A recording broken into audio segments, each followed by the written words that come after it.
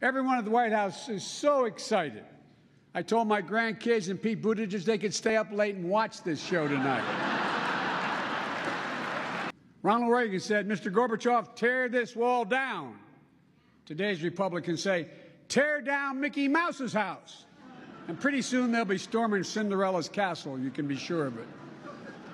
But Republicans seem to support one fella, some guy named Brandon.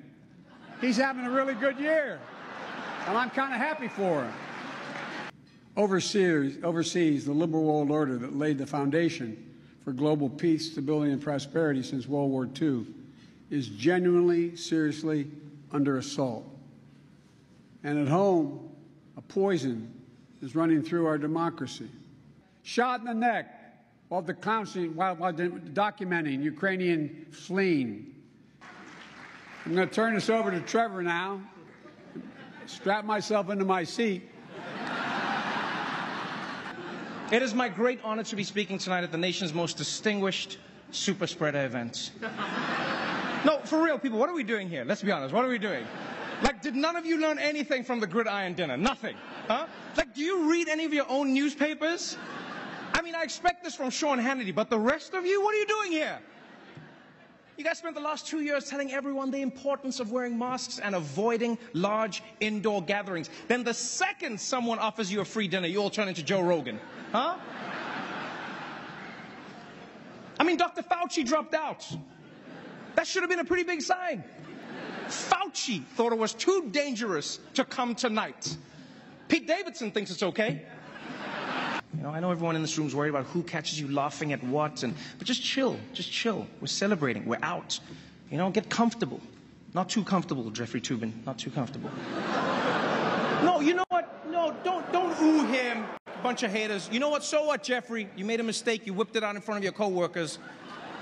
That's the first step to winning a Grammy for Comedy Album of the Year. You're halfway there, my friend.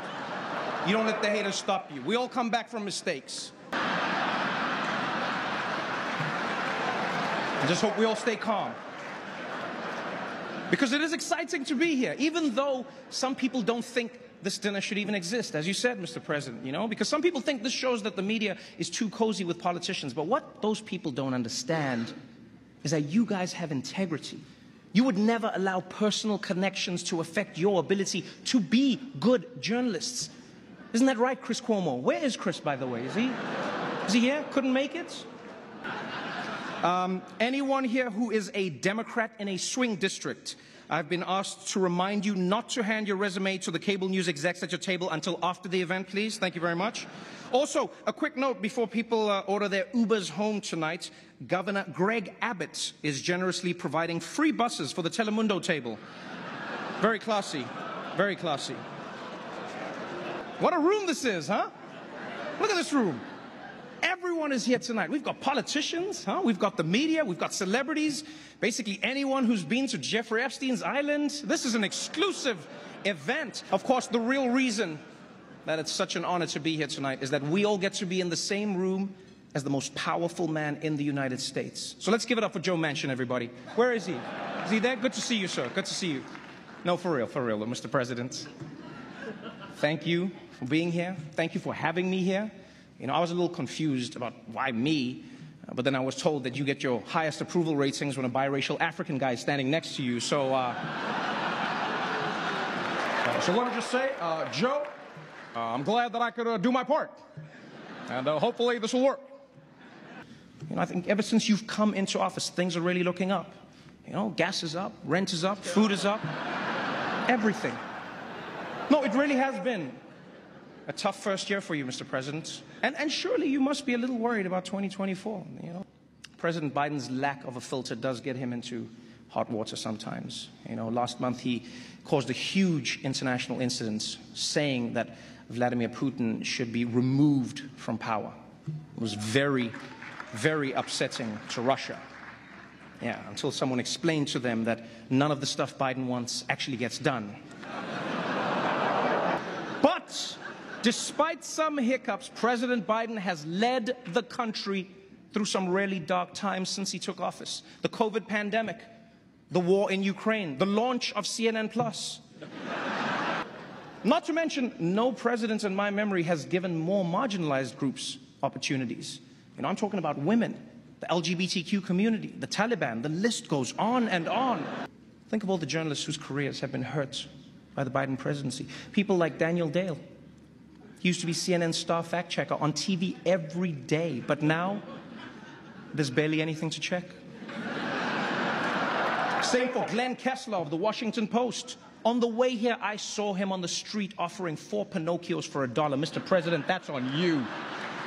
And what about Maggie Haberman? For 4 years, it was exclusives, huh? On the Russia investigation, corruption, the president doesn't read his daily briefings, on and on. Now look at her. She spends all day fighting with random people on Twitter like a common political reporter. You've ruined her, Mr. President. Really glad you could make it tonight, Jen. It's nice that you're willing to come over here and risk getting COVID for, like, what, the 10th time now? Let me ask, how do you keep getting COVID, Jen? Like, your boss hooked us all up with free tests. Does he not have your address? What's going on there?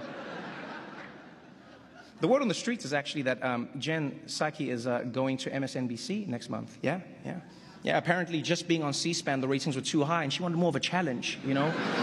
Wanted to switch things up. She can't laugh at that. Don't put the camera on her. If it's true, congratulations to Jen on your big career change. But you know, moving to MSNBC is going to be a big switch up for you, because right now your current job is to make the Biden administration look as good as possible, you know, at all costs. Now you're going to be at MSNBC, and you're going to have to, you'll be fine, actually. No, sorry. By the way, MSNBC, can I just say you guys are doing great work, you know? Yeah, I love watching your shows. You know, when Trump was in office, your shows were all about how bad he was. And now that Biden's in office, your shows are all about how bad Trump was. Consistency is important. We appreciate that. We really do. So, first and foremost, let's give it up for the White House press pool. Let's give it up for them, please.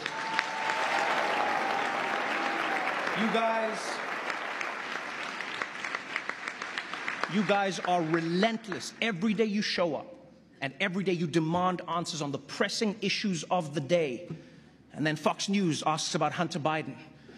And I'll be honest, though, I actually think that's a good thing. I really do. I think people need to be held accountable if they're using their dad's name to get ahead in life. And I can't think of anyone better to ask about that than Peter Doocy. Yeah. Wherever he is right now, sometimes it can be overwhelming, and you just want to tune it all out. And that's why I love watching CNN. Where's Jeff Zucker, by the way? Also couldn't make it? What's happening over there? Apparently Jeff got fired after he tried to keep his workplace relationship a secret, which is weird, because if he really didn't want anyone to know about it, he could have just made a show about it on CNN+.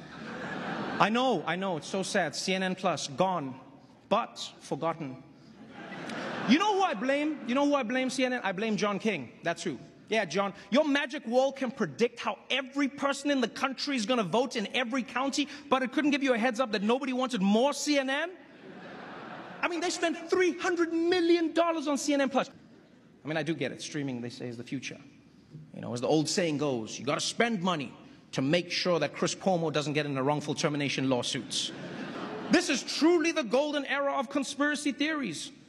Whether it's the right wing believing Trump can still win the 2020 election, or the left believing Joe Biden can still win the 2024 election. Thank you, Mr. President.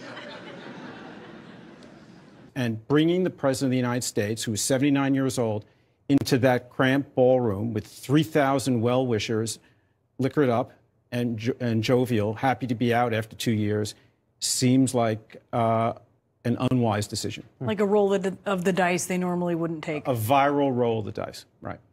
That, you know, 40% is the new 55%, perhaps.